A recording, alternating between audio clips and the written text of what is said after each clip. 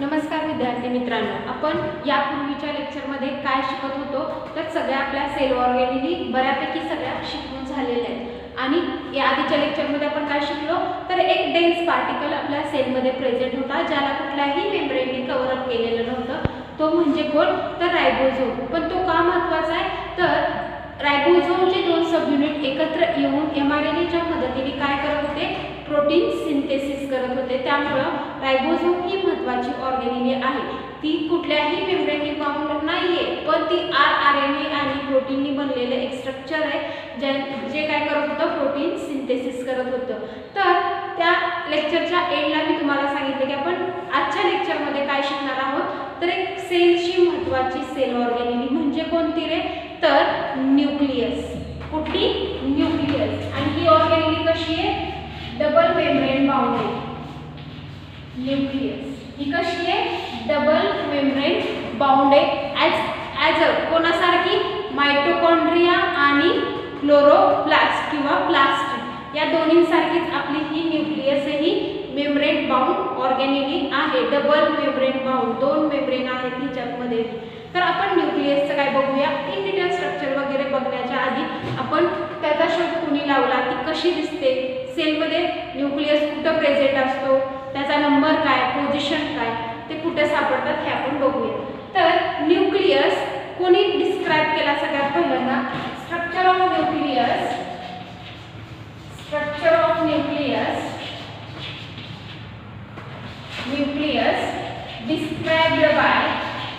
described by कोणी तर Robert ब्राउननी। कोणी? रॉबर्ट ब्राउन या शास्त्रज्ञाने। रॉबर्ट ब्राउन या शास्त्रज्ञाने काय केलं तर न्यूक्लियसचं स्ट्रक्चर आपल्याला डिस्क्राइब केलं आणि सांगितलं की न्यूक्लियस कसा असतो। तर काय बघितलं मग त्यांनी की न्यूक्लियस ही एक डबल मेम्ब्रेन बाउंड सेल ऑर्गॅनिली आहे जिच्यात काय आहे, क्रोमॅटिन मटेरियल असेल, आतमध्ये काहीतरी कन्स्टिट्यूएंट असेल। हे आपण काय बघणार आहोत तर स्ट्रक्चरमध्ये इन डिटेल बघणार आहोत। त्यापूर्वी आपण बघूया न्यूक्लियस काय असतो तर न्यूक्लियस ही मेन ऑर्गॅनिली मी का म्हटलं तर ती काय आहे, कंट्रोलर आहे। सेलची काय आहे, कंट्रोलर आहे। Nucleus is a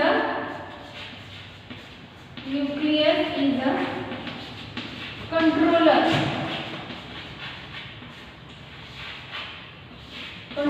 of cell. म्हणजे तो काय करतोय, सेलला कंट्रोल करण्याचं काम करतोय। त्याचबरोबर तो काय आहे, कंट्रोलर किंवा आपण त्याला काय म्हणू शकतो और डायरेक्टर म्हणू शकतो। तो डायरेक्ट करतोय सेलला, एक दिशा देण्याचं काम करतोय किंवा त्या सेलवरती कंट्रोल करण्याचं काम न्यूक्लियस करतोय। जसं की आपल्या शरीराचा विचार आपण ज्यावेळेस करतो त्यावेळेस आपला ब्रेन जो आहे तो मेन जागेवरती म्हणजे वरती आपण बसवलेला आहे। तर त्या ब्रेनचं काम काय आहे रे तर सगळ्या बॉडी फंक्शन, जे बॉडीमध्ये सगळे फंक्शन चालले त्यांच्यावरती कंट्रोल ठेवणं म्हणजे काय तर तो कंट्रोलर आहे।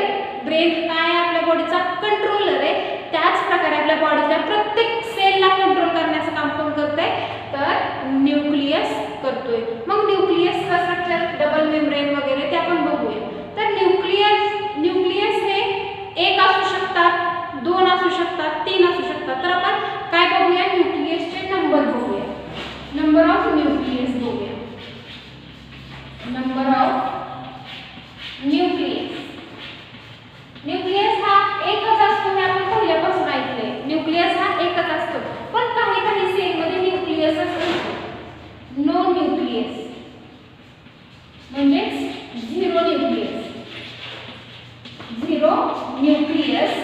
तर त्या झिरो न्यूक्लियस म्हणजे न्यूक्लियस ज्या सेलमध्ये नाही अशा सेल म्हणजे कशा असतात किंवा त्याचं एक्झाम्पल काय असतं रे तर RBC आपण शिकत आलो ज्याच्यात की कुठल्याही ऑर्गॅनिली प्रेझेंट नव्हत्या। तर ही न्यूक्लिएटेड अशा सेल्सला सेल्स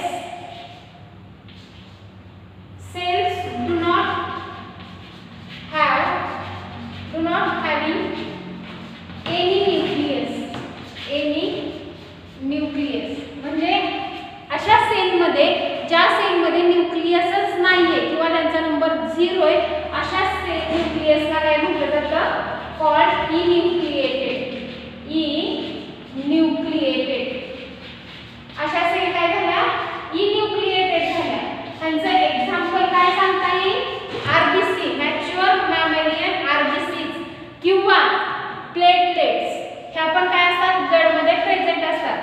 प्लेटलेट्स अँड फ्लोएम, जो प्लांटच्या टिश्यू मध्ये फ्लोएम असतो त्यातल्या सायोट्यूब्स, फ्लोएम मधल्या किंवा फ्लोएम सेल,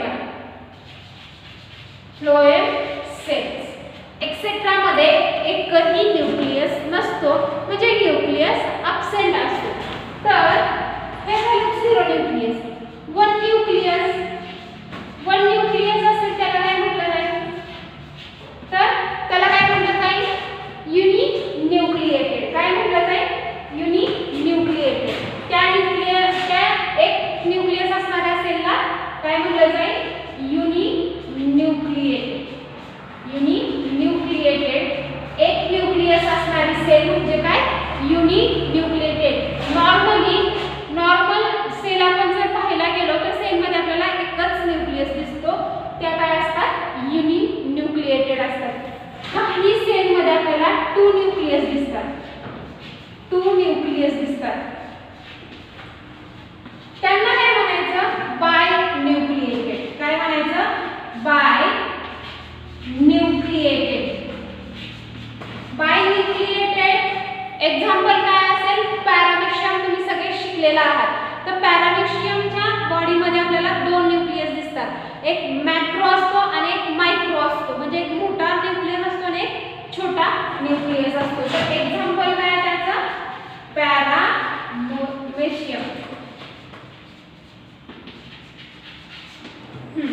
तर अजून एक आपल्याला अशी सेल दिसते जिच्यात काय असतात? तर 2 पेक्षा जास्त न्यूक्लियस असतात. More than 2. त्यांना काय म्हणू शकतो आपण? तर मल्टी न्यूक्लिएटेड म्हणू शकतो. More than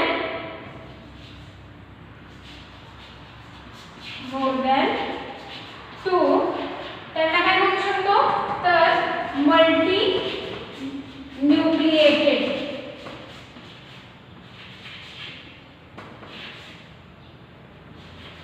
multi nucleated example काय असेल मल्टी न्यूक्लिएटेड? तर काही प्रोटोझोआ आहेत त्यांच्यामध्ये आपल्याला काय दिसतात? 3, 4, 5 असे न्यूक्लियस दिसतात. त्याचबरोबर आपल्या बॉडीमधलं जर उदाहरण घ्यायचं झालं तर आपल्यामध्ये जे मसल सेल्स असतात, स्केलेटल मसल्स वगैरे, त्यांच्यामध्ये आपल्याला काय दिसतात? तर मल्टी न्यूक्लिएटेड सेल्स दिसतात. एका सेलमध्ये 3, 4, 5 असे न्यूक्लियस प्रेझेंट असतात. तर एक्झाम्पल काय दिसेल आपल्याला? Muscle cells. मेनली कुठे? Skeletal muscles. तर हे झालं नंबर, किती नंबर प्रेझेंट असतात आपल्या सेलमध्ये न्यूक्लियसचे. म्हणजे न्यूक्लियस एक असू शकतो, न्यूक्लियस नसू शकतो, 2 न्यूक्लियस असू शकतात किंवा मोर न्यूक्लियस असू शकतात. तर आपण बघूया, हे झाले नंबर. यावरून आपण म्हटलं की त्यांना काय म्हणायचं? पोझिशन. न्यूक्लियस कुठं प्रेझेंट असतो सेलमध्ये? वरच्या साईडला, एका साईडला, दुसऱ्या साईडला का सेंटरला? त्यावरून पण त्यांना काय पडलेले नावं दिलेली आहेत. तर पोझिशन ऑफ न्यूक्लियस बघूया आपण. तर पोझिशन मध्ये मेनली न्यूक्लियस आपल्याला कुठे दिसतो रे? सेंटरला प्रेझेंट आपण म्हणतो. Position of nucleus. Position of nucleus mainly आपल्याला कुठे दिसतो? सेंटरला न्यूक्लियस प्रेझेंट दिसतो. त्यांना आपण काय म्हणतो? Centric nucleus. काय म्हणतो?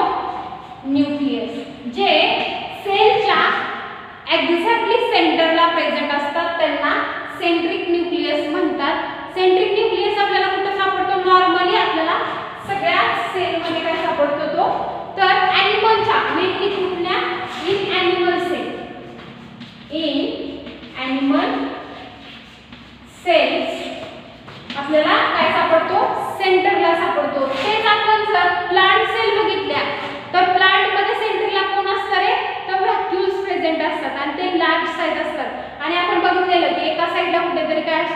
न्यूक्लियस प्रेझेंट असतो. तर त्या एका साइडला प्रेझेंट असणाऱ्या न्यूक्लियसला इसेंट्रिक म्हणतात. काय म्हणतात? Eccentric nucleus. Eccentric nucleus.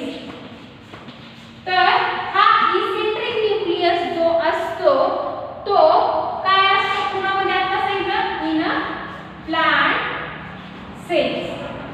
तर प्लांट सेल्स मध्ये आपल्याला कोण सापडतं? Eccentric nucleus. म्हणजेच आता आपण बघितलं तर ॲनिमल सेल असेल एखादी तर आपल्याला न्यूक्लियस हा सेंटरला दिसतो आणि एखादी प्लांट सेल असेल तर तिथे आपल्याला हे सेंट्रल लोक्युल असतं आणि एका साइडला कुठेतरी काय असतो? न्यूक्लियस प्रेझेंट असतो. त्यामुळे त्यांना काय म्हणतो आपण? Eccentric nucleus. काही न्यूक्लियस हे पेरिफेरल असतात, प्लाझ्मा मेम्ब्रेनच्या जवळ असतात. पेरिफेरल न्यूक्लियस कोणामध्ये सापडतात? मेनली स्मूथ मसल्स मध्ये. सॉरी, काही मसल सेल मध्ये किंवा कुठे सापडतात? तर पेरिफेरल हे आपल्याला मेनली ॲडिपोज मध्ये सापडतात. ॲडिपोसाइट. तर ॲडिपोसाइट काय असतात? फॅट स्टोअर करून ठेवणाऱ्या सेल असतात. समजा ही एक सेल आहे, तिच्यात पूर्ण काय केलेलं असतं? ॲडिपोज भरून ठेवले. हे काय आहे? फॅट डिपॉझिट करून ठेवले आणि साइडला प्लाझ्मा मेम्ब्रेनच्या कुठेतरी काय असतो? न्यूक्लियस प्रेझेंट असतो. त्याला काय म्हटलं जातं? तर पेरिफेरल न्यूक्लियस. हा एक न्यूक्लियस आहे, हा प्लांट सेलचा न्यूक्लियस, हा न्यूक्लियस आणि हा न्यूक्लियस. तर ह्याची पोझिशन सेंट्रल आहे म्हणून ह्यांना काय म्हणायचं? सेंट्रिक. यांची पोझिशन कुठे? तर इसेंट्रिक साइडला आहे, कुठेतरी साइडला. सेंटर सोडून कुठल्या तरी साइडला. तर ती कुठे सापडते आपल्याला? प्लांट मध्ये. तर तिला इसेंट्रिक म्हणलं आपण.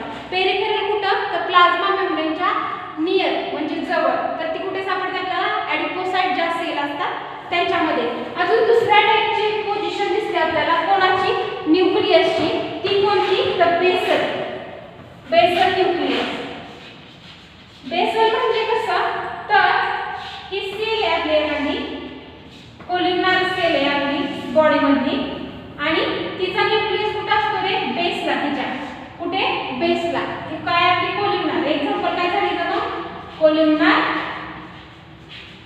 सेल. तर ज्या कोलिग्नर सेल असतात त्यांचा न्यूक्लियस कुठे असतो? सेलच्या बेसला म्हणजे कुठे? तळाला प्रेझेंट असतो. त्यावरून त्यांचे टाईप पडलेले किंवा त्यांना आपण बेसल न्यूक्लियस असं म्हणू शकतो. तर न्यूक्लियसचा आपण काय बघितलं?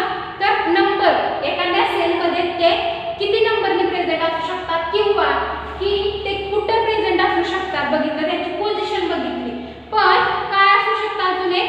तर हा न्यूक्लियस हा आपण नेहमी सर्कलच काढतोय, पण न्यूक्लियसचा पण एक आकार आहे. तर आपण न्यूक्लियसचा शेप बघूया की न्यूक्लियस हा मेनली आपल्याला सर्कलमध्ये तर सापडतोच, त्याबरोबर आपल्याला तो वेगवेगळ्या शेपमध्येही सापडतो. काही सेलमध्ये नॉर्मली आपल्याला बऱ्याच सेलमध्ये न्यूक्लियस हा कसा सापडतो? तर सर्क्युलर सापडतो. पण काही सेलमध्ये आपल्याला तो वेगळ्या आकारांमध्ये सापडतो. म्हणून आपण काय बघूया? Shapes of nucleus. तर न्यूक्लियसचा शेप हा मेनली सगळ्यांना माहित आहे. पहिला कुठला असू शकतो? सर्क्युलर. कसा असू शकतो? सर्क्युलर. हा झाला नॉर्मली सगळ्या सेलमध्ये आपल्याला तो दिसतो. ऑल ओव्हर दिसतो की सगळ्या सेलमध्ये तो आपल्याला सर्क्युलर दिसतो. काही सेलमध्ये तो कसा असतो? अंडाकृती असतो, ओव्हल शेप असतो. ओव्हल शेप असतो. मेनली कुठल्या सेलमध्ये आपल्याला दिसतो? तर आपल्या स्मूथ मसल ज्या असतात बॉडीमधल्या, स्मूथ मसल्स ज्या असतात त्यांच्यामध्ये आपल्याला ओव्हल शेप्ड न्यूक्लियस दिसतो. त्याचबरोबर बायलोब्ड कसा दिसतो? दुसरा शेपचा आकार दोन लोब असल्यासारखा दिसतो. कसा? तर असा बायलोब्ड दिसतो. म्हणजे दोन लोब आहेत ह्या न्यूक्लियसमध्ये, दोन लोब सारखं स्ट्रक्चर दिसतंय म्हणून बायलोब्ड असं म्हटलं जातं. बायलोब्ड कुणामध्ये दिसतो रे? तर आपल्या ब्लड मध्ये एक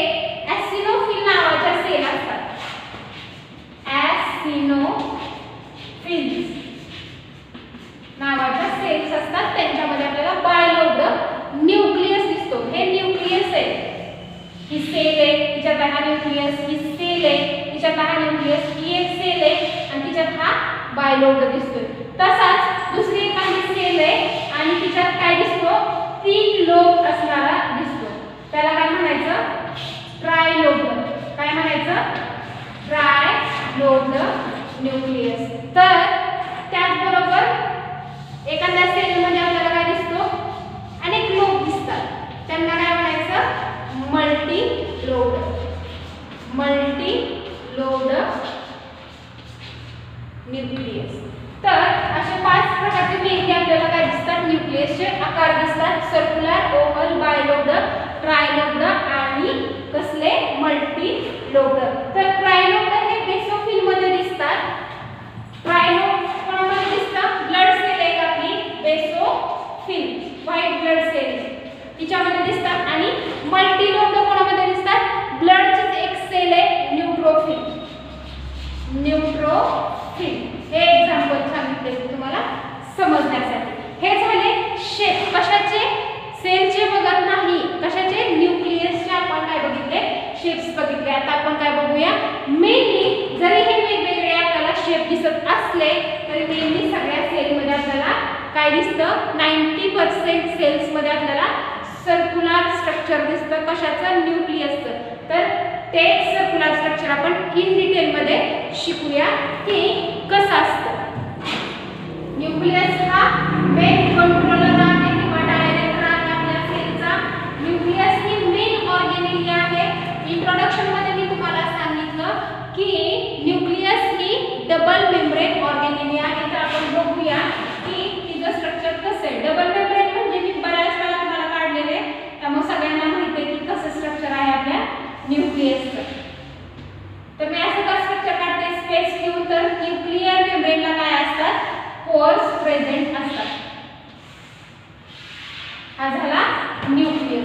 हा काय झाला आपला न्यूक्लियस, सॉरी न्यूक्लियस. कशाने बनलाय, डबल मेम्ब्रेननी. हे एक आउटर मेम्ब्रेन, आउटर मेम्ब्रेन आणि हे आतल्या साईडचं काय, इनर मेम्ब्रेन. कसलं, इनर मेम्ब्रेन. हे दोन्ही एकत्र मिळून काय झालं आपलं तयार, न्यूक्लियर मेम्ब्रेन. त्यालाच काय म्हटलं जातं, कॅरिओथिका. त्यांना काय म्हटलं जातं एकत्रित, न्यूक्लियर मेम्ब्रेन. न्यूक्लियर मेम्ब्रेन किंवा ह्यालाच काय म्हणू शकतो आपण, दुसरं नाव कॅरिओथिका असंही म्हटलं जातं. त्याचबरोबर साईडला आपल्याला हे स्पेस दिसतोय, एक ओपनिंग दिसते. तर हे काय असतं, न्यूक्लियर पोर्स असतात. काय आहे ते, न्यूक्लियर पोर्स म्हणजे एक होल दिसतात. मेम्ब्रेनच्या मध्ये एक काय दिसतंय, इंटरलक झालेलं एखादं स्ट्रक्चर दिसतंय, म्हणजे एक होल लाईक स्ट्रक्चर दिसतंय. त्याला काय म्हटलं जातं, न्यूक्लियर पोर. आणि ह्या इनर मेम्ब्रेन आणि आउटर मेम्ब्रेनच्या मध्ये स्पेस दिसते. ह्या स्पेसला काय म्हटलं जातं, तर पेरी न्यूक्लियर स्पेस. काय म्हटलं जातं, पेरी न्यूक्लियर स्पेस. कसली स्पेस, तर दोन मेम्ब्रेनच्या मध्ये, आउटर आणि इनर मेम्ब्रेनच्या मध्ये एक स्पेस तयार झाली आहे. त्या स्पेसला काय म्हटलं जातं, पेरी न्यूक्लियर स्पेस. त्याचबरोबर ज्यावेळेस आपण आतमध्ये येऊ न्यूक्लियसच्या, त्यावेळेस काहीतरी मटेरियल आपल्याला किंवा काहीतरी लिक्विड प्रेझेंट दिसतं. त्याला काय म्हटलं जातं, न्यूक्लियोप्लाझ्मा. काय म्हटलं जातं, न्यूक्लियोप्लाझ्मा. आपण हे मी तुम्हाला हे आधीच सांगितलेलं, सायटोप्लाझम वेगळा आहे आणि न्यूक्लियोप्लाझम वेगळा आहे. त्याला काय म्हटलं जातं, जे लिक्विड मटेरियल जेलीलाइक स्ट्रक्चर प्रेझेंट दिसतं न्यूक्लियसच्या आतमध्ये, त्याला काय म्हणायचं, न्यूक्लियोप्लाझ्मा. तर त्या न्यूक्लियोप्लाझ्मामध्ये काय असतं, तर एन्झाईम्स, आरएनए असतो, डीएनए असतो.